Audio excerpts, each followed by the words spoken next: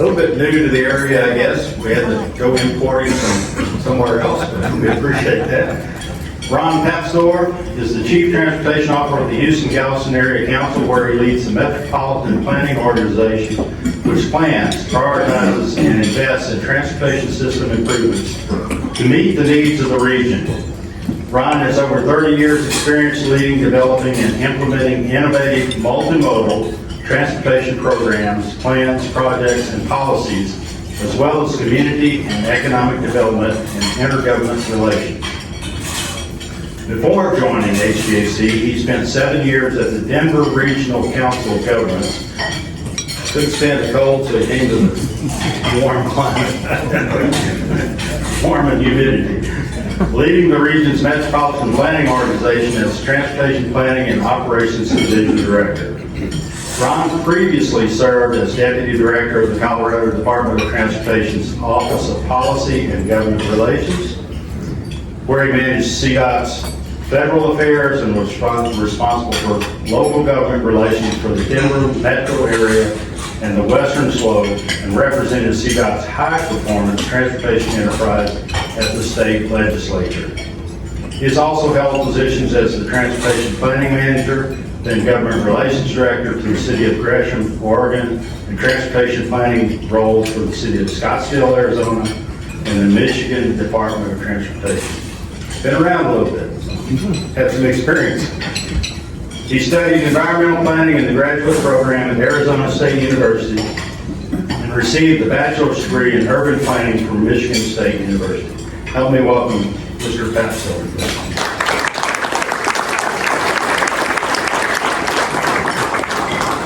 What do you want here? All right.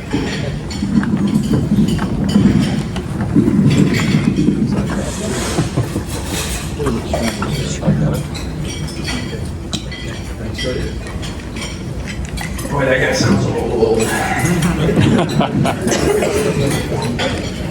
Older than I feel, I swear. Hi, everybody. Hi. Hi. Good to be here. Thank you so much for this opportunity. I will warn you in advance, this is my first big speaking engagement in my 10 weeks here in the Houston region. So I'll try out some new material. I haven't fully formulated my go-to speech. So kind of give me a little bit of grace and some space, and we'll get through this just fine. I really appreciate the opportunity to be here and talk to all of you. I really appreciate when a group of folks comes together around a common goal, advocating for a solution to a need and working together. My experience is the only way we get big things done is if we do them together and if we cooperate and collaborate and stay focused on our priorities. So this very much aligns with my experience. As I mentioned, I've been 10 years. Shane, thanks for reading the bio, so I don't have to repeat it. I know that I've got a lot to learn. I've been spending the last 10 weeks just getting out and about, visiting with folks, meeting partners and stakeholders in our regional transportation efforts, and getting to know folks. And it was nice to walk in here and at least see some familiar faces. So that's been great. People have been very gracious. I know one thing I need to learn pretty quickly. Commissioner Myers was looking at me. I think he was giving me the test during the Texas Pledge of Allegiance, which I failed to fake my way through very well. So one of my future tasks is to make sure that I get that memorized. Thank you, Commissioner Myers. I did want to recognize our Transportation Policy Council Chair, Commissioner Beckendorf, is here. Thank you very much.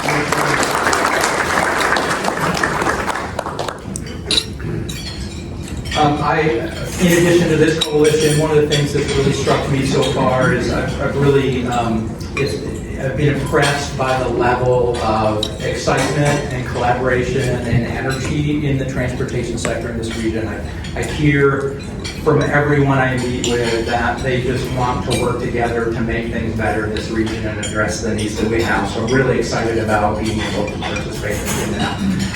I'm gonna go through a little bit, I want to ground us all in a little bit of education. It's a good opportunity for me to sort of talk to folks who maybe don't know exactly what a metropolitan planning organization or MPO is.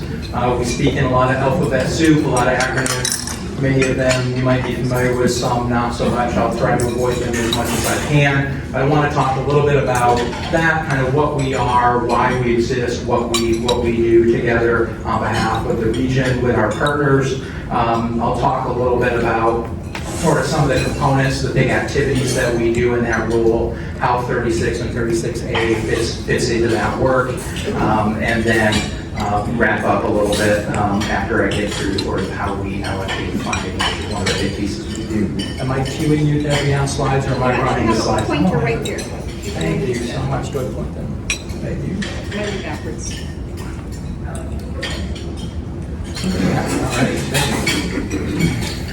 All right, we got technology figured out.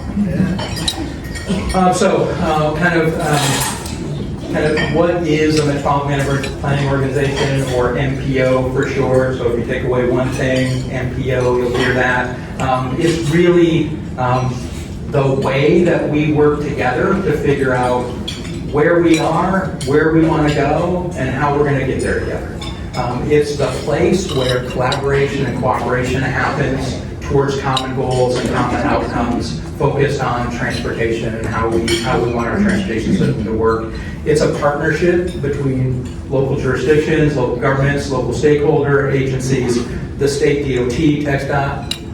Thanks for being here, Glenn. Always good to see you. And our transit agencies, ports, freight interests, all those folks coming together at the table that we set as the MPO to work through really hard, kind of gnarly transportation issues to figure out how we're going to work together to address them over time.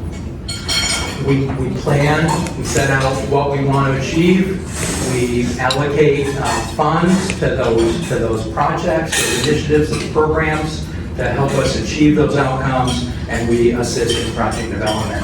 I like to think about this in terms of kind of building a house. I don't think you wouldn't build a house without a plan, and I don't think we'd want to build a regional transportation system without a plan to know what we're trying to do with that plan. If you imagine you needed to build a new house and you had a certain amount of money and you hired 4 different contractors that all had expertise in building a house, and you said, build me a house, but don't talk to each other, just kind of do your part, and then walk into the house, and I'm pretty certain that house probably would not turn out the way you thought it would. And they might have duplicated some things in their parts of it. Some of them might not have done things they thought somebody else would do it.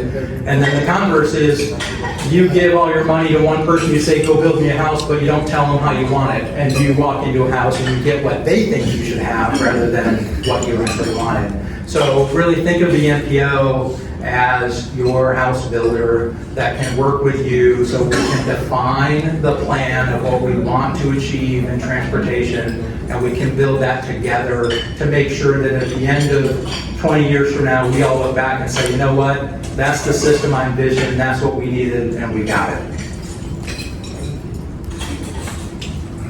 I mentioned the Transportation Policy Council. This is our decision-making body for the Metropolitan Planning Organization. They set out the policy, they set out the guidance, they make the big decisions for the region. It is made up of 31 local elected officials, along with TxDOT, transit agencies, ports, stakeholders that all work together to make the best decisions they can for this region and its transportation system. So every big core decision, core product that we work on as an MPO is endorsed and adopted and approved by the Transportation Policy Council. They are your representatives for those big decisions, so you should get to know that. I just want to highlight, while we do a lot as a Metropolitan Planning Organization, we have some core functions that we provide. We operate under a federal framework for MPOs. We exist under federal law, and we have certain responsibilities that we have to do under the partnership that is the MPO. So first and foremost, we have a Unified Planning Work Program that just lays out every year or 2 years what planning activities we're actually going to do on behalf of the region and with the region. The Regional Transportation Plan is really the core piece. It's probably, in my view, the most important thing we do together as the MPO is setting out that vision, because it really documents the goals that we have, the outcomes we want to achieve for the entire transportation system, and it includes a list of specific priority projects and investments and programs that we believe together gives us the best shot at achieving those outcomes that have been articulated in the plan. And it is not a wish list of projects, not by a long shot. It is constrained to the amount of money we believe that we'll have over that 20 or so year period. So we have to make some hard choices together because we have many more needs than we expect to have the resources to be able to implement. So we have to make really difficult choices sometimes about which priorities and what mix of priorities we will pursue together to give us that best chance to address the outcomes that we've articulated.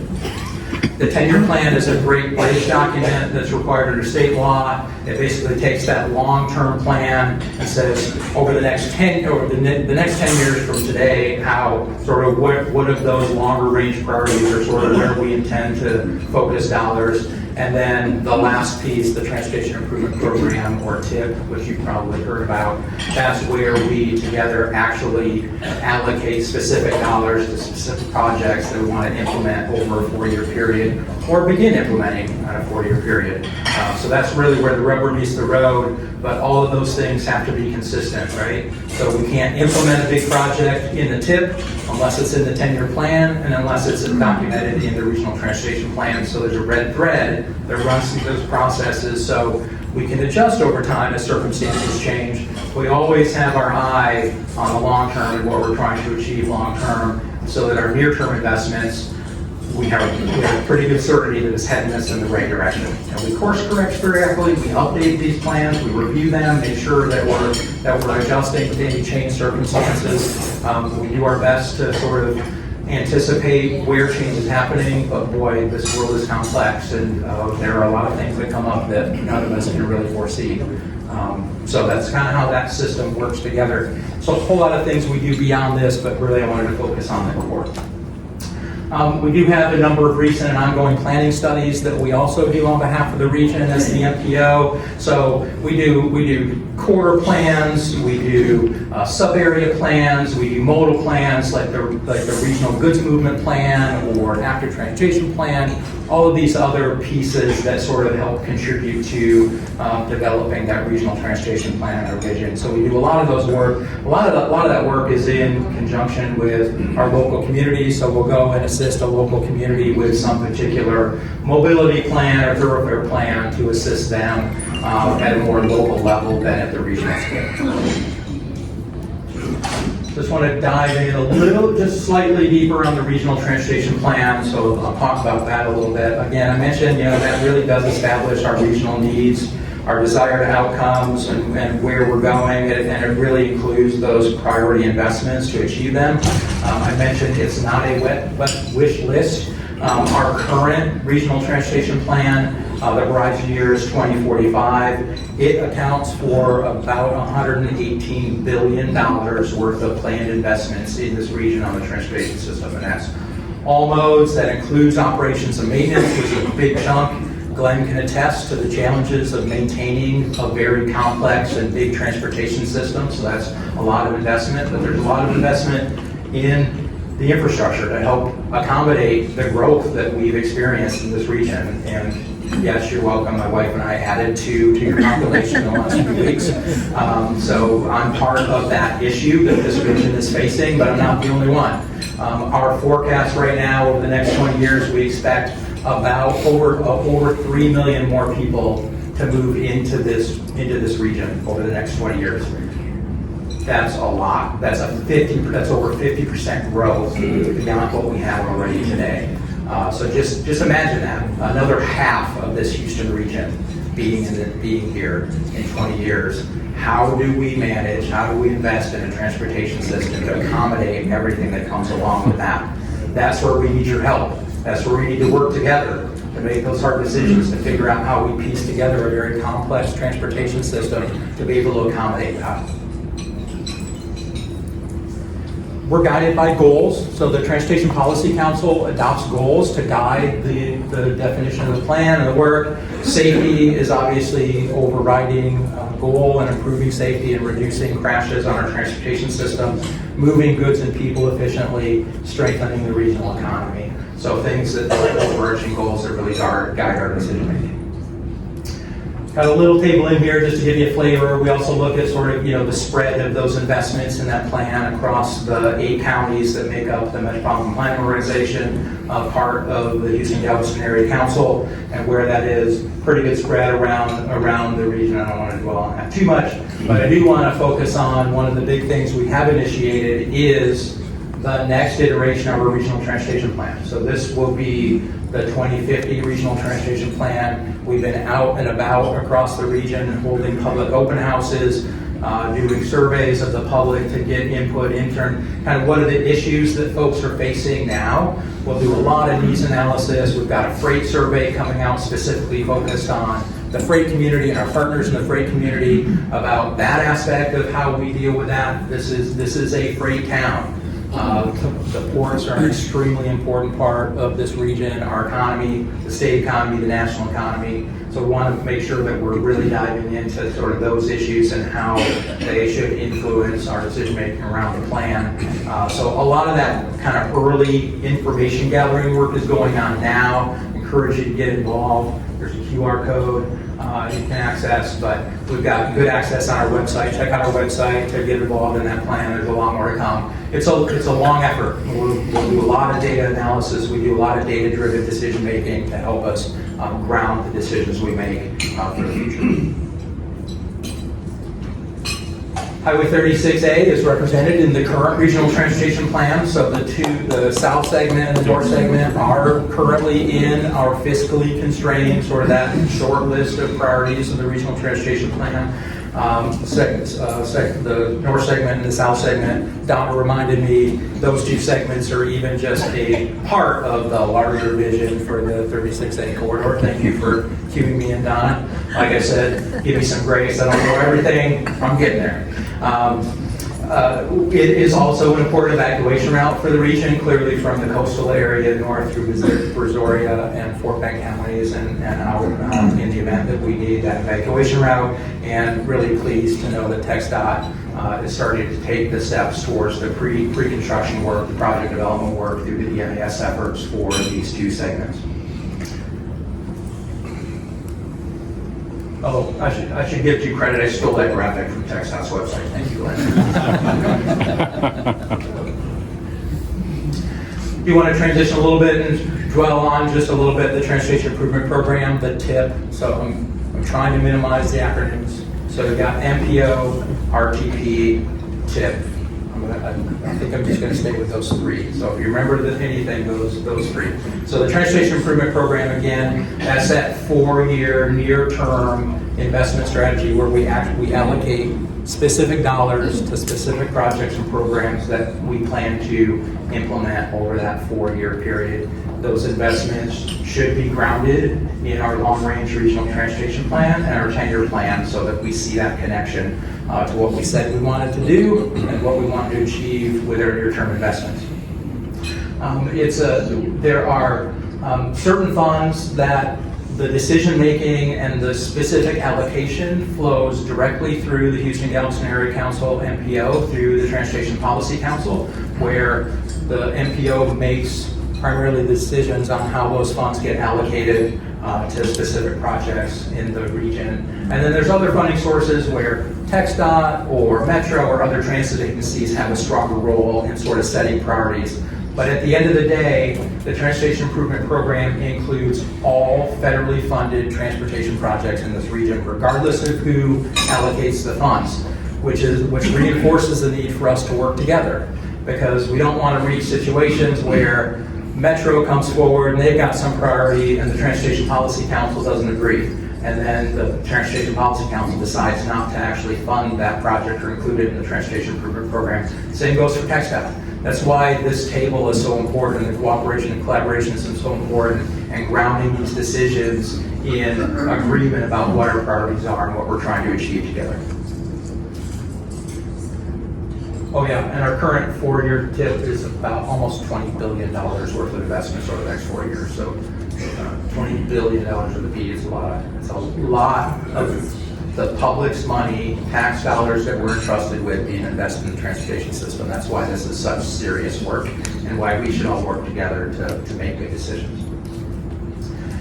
I just wanted to highlight a couple of the kind of key categories or the sort of focus areas that the Transportation Policy Council adopted when we developed the most recent tip in terms of some of the focus areas. So kind of set some target allocation amounts by broad category of types of projects for the H-GAC directed fund. So goods movements, major projects, high growth areas made up a big chunk. And then there's some transit piece and active kind of bike ped and active transportation improvements and safety improvements. So that just guided sort of the allocation of funds in that last transportation improvement program cycle.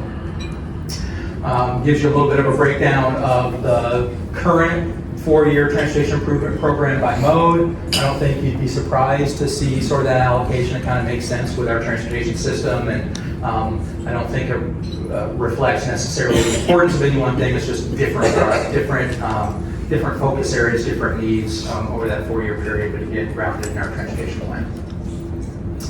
And then there is currently one project in the transportation improvement program on the 36 corridor. That's that piece from I-69 to Farm to Market Road 2218 near, I'm forgetting the name of the town now. Sorry? Thank you.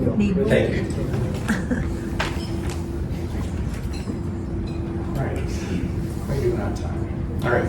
I'm going to wrap up real quick. Kind of stop, and I think we'll have done a little bit of time for some question and answer. Donna promised me there will be no hard questions today, so I'm going to hold her to that. Like I said, you know, I recognize I'm only 10 weeks into this region, but it's been amazing. I'm super excited to be here. Everyone has been great. My wife and I are loving it. I think this region just has so much going for it, and it's a really exciting place to be. Great opportunity for me. I have a lot to learn, but there's a few maybe early observations or things I've learned so far. It is hot here. I know people warned me, it's hot and humid in Houston. What are they thinking? And I said, that's okay. I grew up in Michigan. Like, I'm used to humidity. I was not used to humidity, y'all. It's been a lot. Glad after Labor Day, it seems to be tempering out just a smidge. No, but it's great. But seriously, we have a safety problem in this region, a serious safety problem in this region. Just the last 3 months of 2024, from October to December of 2024, we had 47,000 crashes on our transportation system in the 8-county MPO area.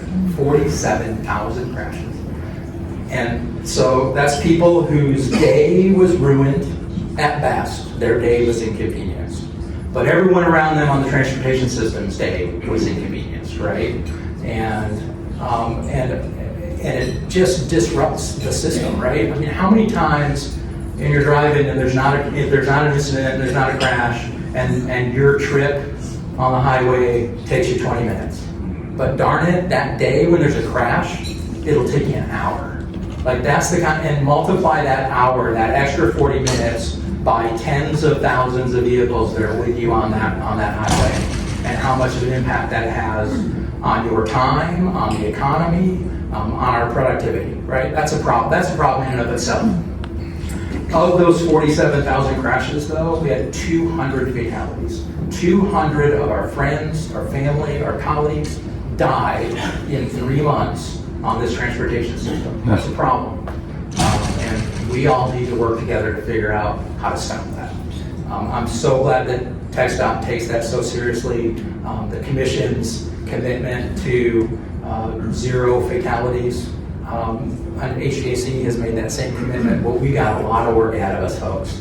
Like that's hard. And then 1,000 serious injuries in addition to that. So people that actually typically had to go to the hospital, experience pretty serious injuries as a result of their classes. So we have a safety problem, so let's work on that. We got a congestion problem in this region. Y'all know that better than I do.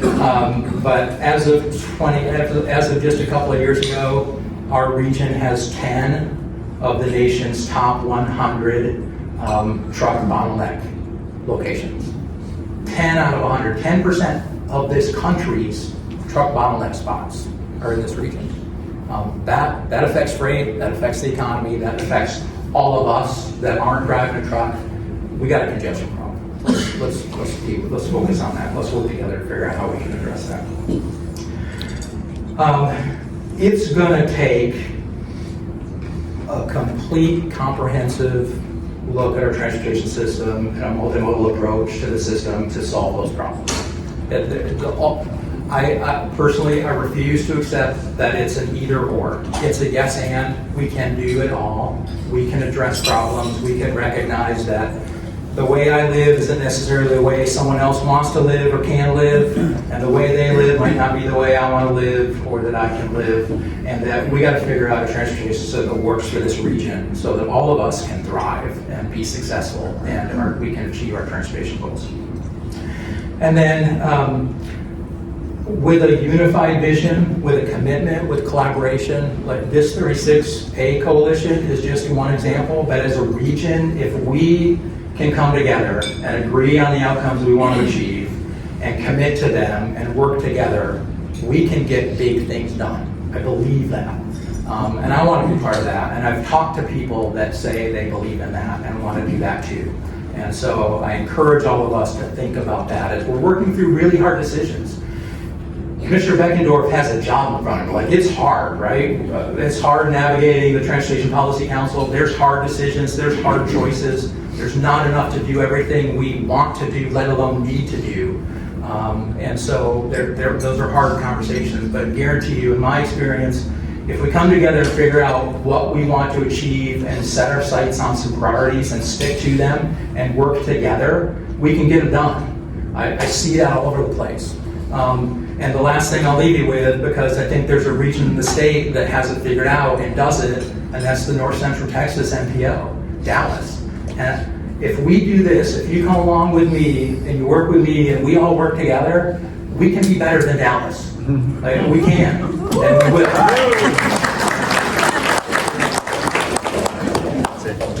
Thank you.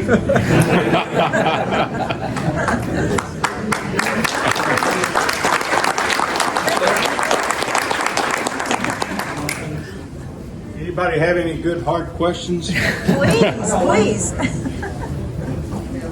So, You don't have to listen to Richard. coming in from the outside, you might see this room right here and think we're all just about getting a highway built. And it is called the Highway 36A Coalition, but over here, well, to your left, Shane served for many years on the commission for Port Freeport, and you heard them introduced over here. Port Freeport's always been a huge supporter of 36A, and we've always been multimodal. And so I guess my question is, how much have you been talked to about the freight movement on rail among the ports and among the freight entities, and then I guess mainly getting the freight off the highway so that we can be much more efficient and be much safer?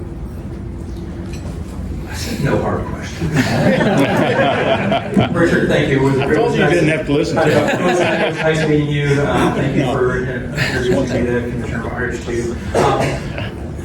Yeah, rail has to be part of the equation, and in my view, again, I'm still learning the dynamics, but I have met with a couple of the port folks. I've met with Port Freeport leadership. I'm aware, and I have met the Union Pacific folks, and I know there's dynamics about sort of how much container freight is moved from ship to rail versus ship to truck, which it's mostly truck, my understanding at this point. And there are some real issues with sort of rail connections and rail freight movements and the connections to the port. So I think it's an issue we have to continue to work on.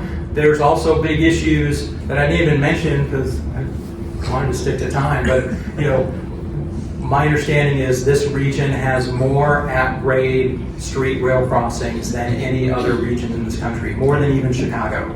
And so think about those issues, and that's throughout the entire region. I mean, there's those at-grade crossings, not just in Houston, not just in the Interloop, throughout this entire region. And yes, there's some that have existed for a long time that are big problems now, But there's ones out in growing parts of this region that maybe have been an occasional nuisance because there hasn't been much development yet. But that development's coming, and as that development and that growth happens, those issues with those at grade crossings are going to be even harder. You know, one of the things my mama taught me was that when you find yourself in a hole, you stop digging first, and then you figure out how to get yourself out of the hole. So let's make sure that for those areas that are growing, we can find some ways to deal with avoiding those future problems while we start to address some of the other issues. But that whole system has to work together, Richard, I think. And question in the back. So Frederick with TLC, question about aviation and how that fits into this, especially with the soccer tournament that's coming and the tourism aspect of how 36A will assist in, especially the weekend traffic. The last part of your question, I don't know, Frederick, in terms of 36A. I know we are engaged with a number of partners around planning for World Cup and thinking about that with the host committee. It was exciting to see the announcement of Sugarland's partnership with the World Cup in terms of, and actually tying in their corporate airport to take some relief off of Hobby and Bush, and think about how that ties together and the tourism aspects to there. So I think there's good opportunities throughout the region to tie into that, and that's going to be an issue, right? That's a big, complex event over, you know, it's in my mind more complicated than a Super Bowl, which is a short duration, kind of almost one-time event over a long weekend, versus the World Cup, which is like, what, 6 weeks, multiple events. A lot of things are going to have to fall into place, but we're engaged with lots of other folks, with the host committee and their transportation committee and Transtar and all the partners to figure out how we're going to deal with that. But I'm not aware of and I haven't thought about it in the context of 36A. Missouri County has a very good airport down there too. That's I'm a good league. sure every airport in this region is going to get some use from that. Michelle? This is going to be a really difficult one. I spent my first years in the United States in the state of Pennsylvania, and any bad driving habits were killed out of me in the state of Pennsylvania. If there was any way to find, to get a ticket, I found it in the state. So really, they formed me as far as driving is concerned, right? It's just very, very, very tough.